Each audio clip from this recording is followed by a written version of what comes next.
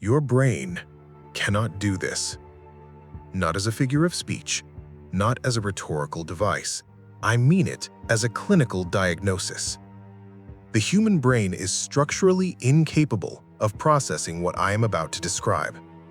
It will attempt to translate the numbers into something familiar. It will fail. What remains after that failure is not understanding. It is a specific kind of dread. You have been told the sun is massive. You were taught this. You accepted it because the number seemed large enough to be impressive without being threatening. 1.4 million kilometers in diameter, 1 million Earths packed inside. A gravitational field that pins 8 planets into orbit across 4.5 billion kilometers of space. You looked at that number. You nodded. You moved on. You were wrong to feel comfortable. Our sun is not massive. Our sun is a data point, a baseline unit, a grain of sand held up to demonstrate what sand looks like before you describe the desert. There are stars in this galaxy, this one galaxy that contain the mass of 1,500 suns. Red hypergiants so large that if placed at the center of our solar system, their outer atmosphere would swallow Jupiter's orbit.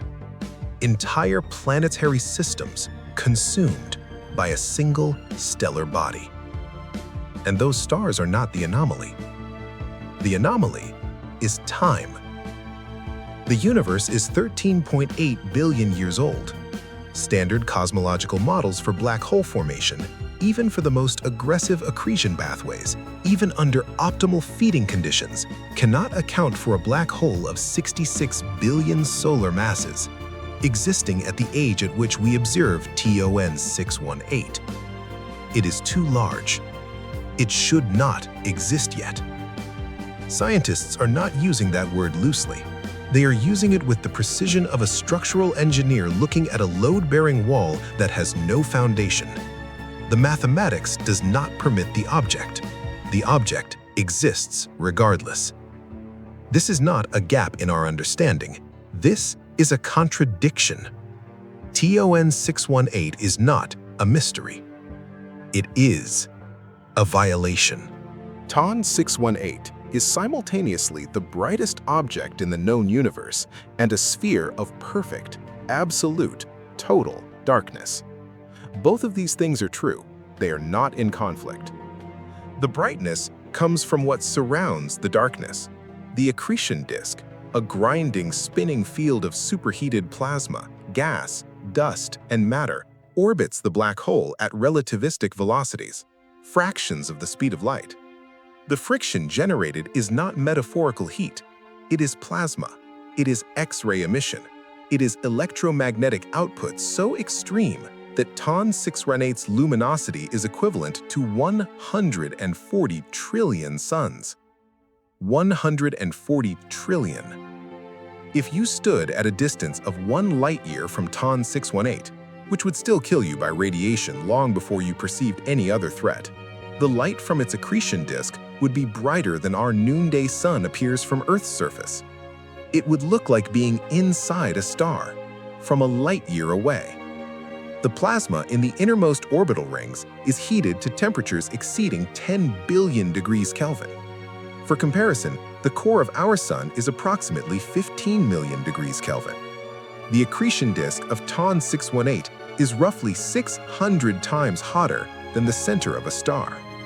And all of this light, all of this energy, all of this cataclysmic electromagnetic violence is powered by the darkness at the center, by the absence. The black hole itself emits nothing, produces nothing, contributes nothing to the universe except gravity. It only takes. There is a specific category of death associated with black holes: spaghettification. The term is informal, the process is not. As an object approaches a conventional black hole, the gravitational differential between the side of the object facing the singularity and the side facing away becomes so extreme that the object is stretched, elongated. The tidal forces overcome every molecular bond in the structure. Matter becomes a thread, The thread becomes particles. The particles are consumed. It is violent. It is rapid. It is, in the clinical sense, relatively merciful. TON 618 does not offer this. At the event horizon of TON 618, 130 billion kilometers out from the singularity, the tidal gradient is gentle. Not gentle as a metaphor, gentle as a measurement. The difference in gravitational force between your head and your feet at the event horizon of TON 618 is manageable, survivable. You would feel it the way you feel mild atmospheric pressure. You would cross the event horizon, and you would not know. There is no wall, there is no flash of light, there is no physical sensation that distinguishes the moment of crossing from the moment before. The event horizon is not a surface, it is a threshold, a mathematical boundary defined by the geometry of space-time. You pass through it the way you pass through an invisible line on a road. But the line is real, and the moment you cross it, every future version of you, every path your existence can take through space-time leads inward to the singularity. There are no trajectories that return to the outside. There are no trajectories that run parallel to the boundary. There are only trajectories that go deeper. You are dead. Physics just hasn't told you yet. You continue to fall, in darkness, in silence. The accretion disk is behind you, its light unable to escape the same boundary you just crossed. You are now in a region of the universe from which light itself cannot exit. There is nothing to see. There is nothing to hear. There is no frame of reference. You fall. It will take you approximately 7 days of subjective time to reach the singularity. 7 days. In total darkness, in total silence, in the complete absence of any observable universe. You are breathing, your heart is beating, you are biologically functional. The laws of physics are operating precisely as expected inside your frame of reference. You are falling through the largest tomb in the known universe, and you have a week to think about it. At the end of the 7 days, you reach the singularity. I will not describe it as an event, I will describe it as a condition. The singularity of TON 618 is not a physical object. It is a region where our mathematics terminates, where the curvature of space-time reaches a value our equations return as infinity. And infinity in physics is not an answer, it is a failure mode. It means the model has broken. It means we are describing something that our current architecture of reality cannot accommodate. What happens at the singularity is technically unknown. What is known is what it does.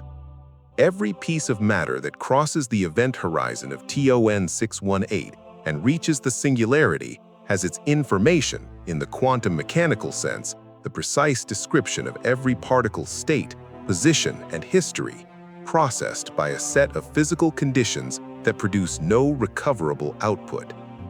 The information does not transform, it does not compress into a new form, it does not escape as radiation that could, theoretically, be reassembled. It is erased.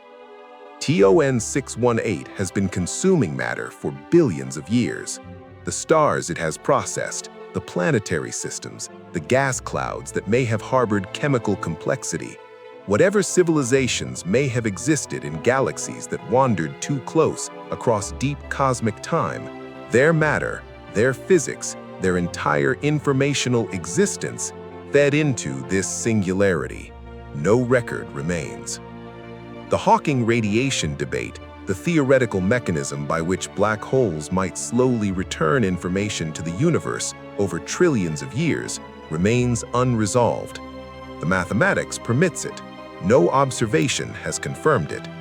And even if it occurs, the evaporation timescale of TON 618's mass to evaporate through Hawking radiation is estimated at approximately 2 × 10⁻100 years. The current age of the universe is 10⁻10 years. The evaporation timescale of TON 618 is incomprehensibly, insultingly longer. This black hole will outlive every star currently capable of forming. It will outlive the stellar epoch, the degenerate epoch, the black hole epoch of the universe's timeline. It will exist in a universe where nothing else complex exists, a cold, dark, expanding void, and at one point in that void, still functioning, still consuming residual matter, TON 618. It is not a body in the universe. It is a destination the universe is being fed into. We are fortunate in the way that a patient is fortunate when their diagnosis arrives early. TON 618 is 10.4 billion light-years away. It poses no physical threat to this solar system, this galaxy, this local group within any timescale relevant to biology. We will never see it with the naked eye. We will never approach it. We will communicate with it only through the photons it emitted billions of years before our sun ignited, the ancient light of its accretion disk, still traveling, still arriving, still delivering the forensic evidence of what it is. We are reading an autopsy report from before we were born. But the distance is not the point. The distance is incidental. The distance is luck. What TON 618 represents is not a local hazard. It is an architectural principle. It is the universe demonstrating with the precision of a controlled experiment what it is optimized to produce. Not stars, not planets, not complexity, not life. Gravity wells. The universe, at its largest observable scales, trends toward consolidation. Gas clouds collapse into stars. Stars exhaust themselves and collapse into remnants. Remnants feed black holes. Black holes consume galaxies. The observable universe, every structure we have mapped, every object we have named, is matter in transit, moving on billion-year timescales from distributed complexity toward concentrated oblivion. The stars are not permanent. The galaxies are not stable. The entire luminous structure of the cosmos is a transient phase, a brief interval of ignition between the initial dispersion of the Big Bang and the final, cold consumption of everything remaining. TON 618 is not an aberration. It is not a warning. It is not a monster from a different story than the one we inhabit. It is where the story goes. The universe did not produce conscious beings so that conscious beings could explore it. The universe produced conscious beings the way a combustion engine produces heat, as a byproduct of a process oriented towards something else entirely. The cosmos is not a canvas. It is a mechanism.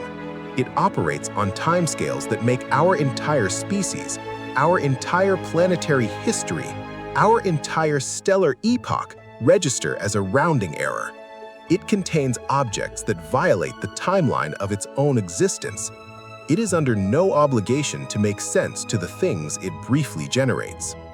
We looked out into the dark and found TON 618. We measured it. We classified it. We gave it a designation the way you tag evidence at a scene. We understand, at least partially, what it is. And what we understand is this. Somewhere in the universe, there is a point in space 66 billion times more massive than our sun, consuming everything within its gravitational dominion, erasing information that has existed since before our planet formed, and it will continue to do this, in darkness, in silence, without event, without urgency, long after the last star has gone cold. It does not know we found it. It does not care. It is simply waiting.